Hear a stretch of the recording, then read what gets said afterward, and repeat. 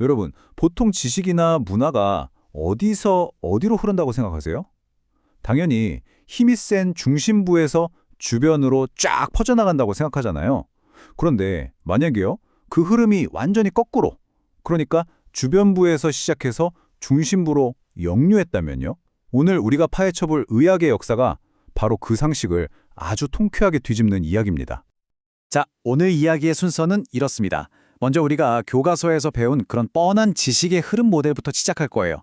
그리고 그 통념을 와장창 깨부순 정말 예상치 못한 의학혁명을 만나볼 겁니다. 그 혁명의 중심에는 일본의 아주 급진적인 신의학, 바로 고방파가 있었죠. 이 생각이 과연 어떻게 한국으로 건너와서 뜨거운 논쟁을 거치고 또 새롭게 변했는지, 그리고 이 모든 과정이 결국 지식의 지도를 어떻게 완전히 새로 그리게 됐는지 저와 함께 차근차근 따라가 보시죠. 자, 그럼 첫 번째 순서입니다.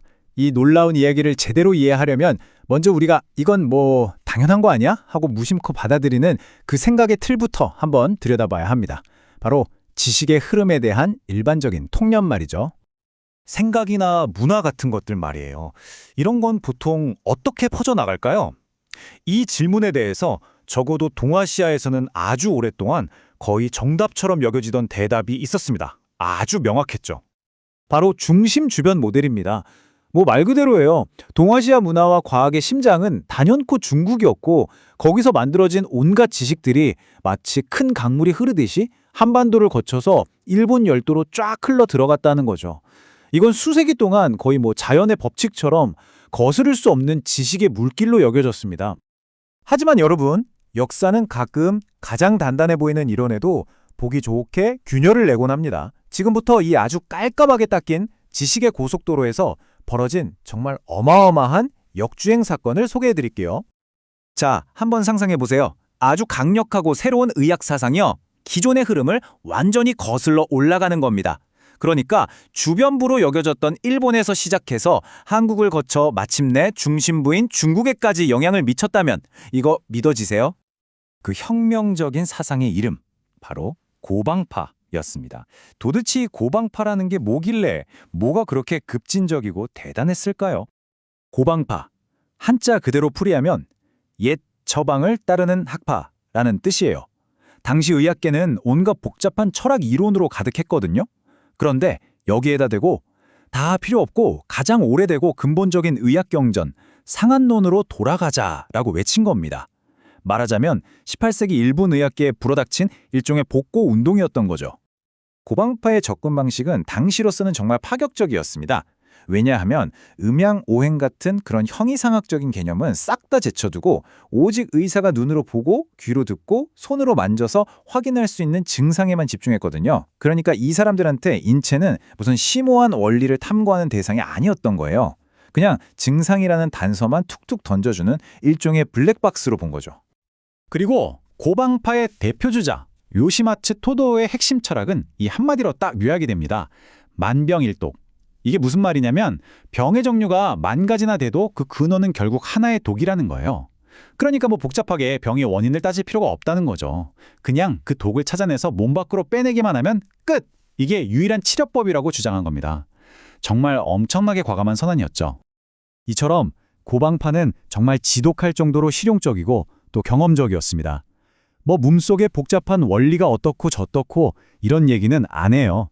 대신에 환자의 배를 직접 만져서 진단하고 증상에 딱 맞는 처방으로 독을 아주 공격적으로 제거하는 데만 집중했죠.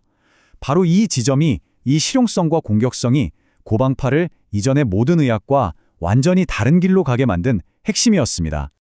자, 그렇다면 이렇게 일본에서 태어난 아주 급진적인 의학 사상이 어떻게 저 넓은 바다, 현해탄을 건너서 아시아 대륙에까지 상륙할 수 있었을까요?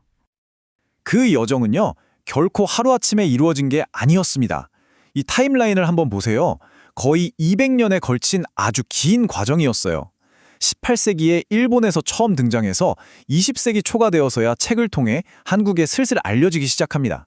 그러다가 1930년대와 40년대에 들어서면서 본격적인 논쟁에 불이 붙고 해방 후인 1960년대에는 학자들이 일본 책들을 아주 적극적으로 번역하고 연구하기 시작했죠. 그리고 마침내 2000년대에 와서는 이걸 우리식으로 현대적으로 다시 해석하려는 학회까지 만들어져요. 그러니까 이건 단 한 번의 전파가 아니라 수십 년에 걸친 긴 재발견의 과정이었던 셈입니다. 그런데요, 이 지식의 전달이라는 게 그냥 뭐 복사해서 붙여넣기 하는 것처럼 간단한 과정이 절대 아니었습니다. 한국에 들어온 고방파는요, 정말 뜨겁고 치열한 지적 논쟁을 불러일으켰거든요. 당시 한국 의학계의 반응은 정말 극과 극으로 갈렸습니다. 여기 표를 보시면 한쪽에서는 이거야말로 과학적이고 실용적인 의학이다 하면서 고방파를 적극적으로 지지했고요. 반면에 다른 쪽에서는 아니 이건 너무 공격적이고 편협해, 중요한 걸 놓치고 있어 하면서 아주 강하게 비판했습니다. 그리고 그 사이에서 장점은 받아들이되 이걸 우리 사상의학 같은 한국 전통이랑 섞어보면 어떨까 하는 새로운 움직임도 나타났죠. 이게 바로 변용입니다. 그러니까 단순히 좋다 싫다가 아니라 아주 역동적인 대화가 시작된 거예요. 비판의 핵심, 특히 조헌영 같은 사상가의 비판은 바로 이 지점이었습니다. 고반파가 독을 빼내는 데는 정말 탁월할지 몰라도 병으로 약해진 몸을 다시 튼튼하게 만들어주는 이른바 보법 치료를 완전히 무시한다는 거였죠.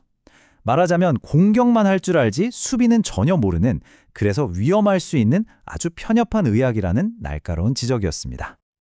그리고 바로 이 지점에서 정말 중요한 결과가 나옵니다. 한국에 들어온 고방파는 결코 일본의 복제품, 그냥 짝퉁이 아니었다는 거죠. 이런 치열한 비판과 논쟁, 그리고 우리 것과의 융합 과정을 거치면서요, 완전히 새로운 한국적인 고방파 의학으로 다시 태어난 겁니다. 이건 지식이라는 게 결코 수동적으로 그냥 받아들여지는 게 아니라 새로운 땅에서 새로운 모습으로 자라난다는 걸 보여주는 정말 완벽한 사례라고 할 수 있겠죠. 자, 이제 마지막 장입니다. 이 모든 조각들을 한번 맞춰보죠. 고방파의 이 놀라운 여정은 우리가 처음에 봤던 그 지식의 지도에 과연 어떤 의미를 던져주는 걸까요? 기억나시죠? 우리가 처음에 봤던 그 지도, 중국에서 한국으로, 한국에서 일본으로 아주 단순하고 깔끔해 보였던 바로 그 일방통행로 말입니다. 하지만 고방파의 이야기는 우리에게 완전히 새로운 지도를 보여줍니다. 지식의 흐름은 더 이상 일방통행로가 아니에요. 여러 방향으로 서로 활발하게 오고 가는 역동적인 대화 같은 거였죠. 보세요. 주변으로만 여겨졌던 일본이 새로운 사상의 중심이 될 수 있었잖아요. 그리고 한국은 그걸 받아서 우리만의 새로운 해석을 만들어냈고요. 그러니까 지식은 쭉 뻗은 직선이 아니라 서로가 서로에게 영향을 주고받는 복잡한 거미줄, 바로 네트워크인 겁니다. 결국 이 고방파의 이야기는 단순히 옛날 의학에 대한 이야기가 아닙니다. 이건 우리가 너무나 당연하게 생각했던 중심과 주변이라는 그 구분 자체에 대해서 정말 그게 맞아? 하고 질문을 던지는 강력한 사례인 거죠. 그렇다면 역사 속에서 우리가 미처 발견하지 못했던 또 다른 일방통행로는, 또 다른 역주행은 과연 무엇이 있을까요? 이 이야기는 우리에게 바로 그 질문을 던지고 있습니다.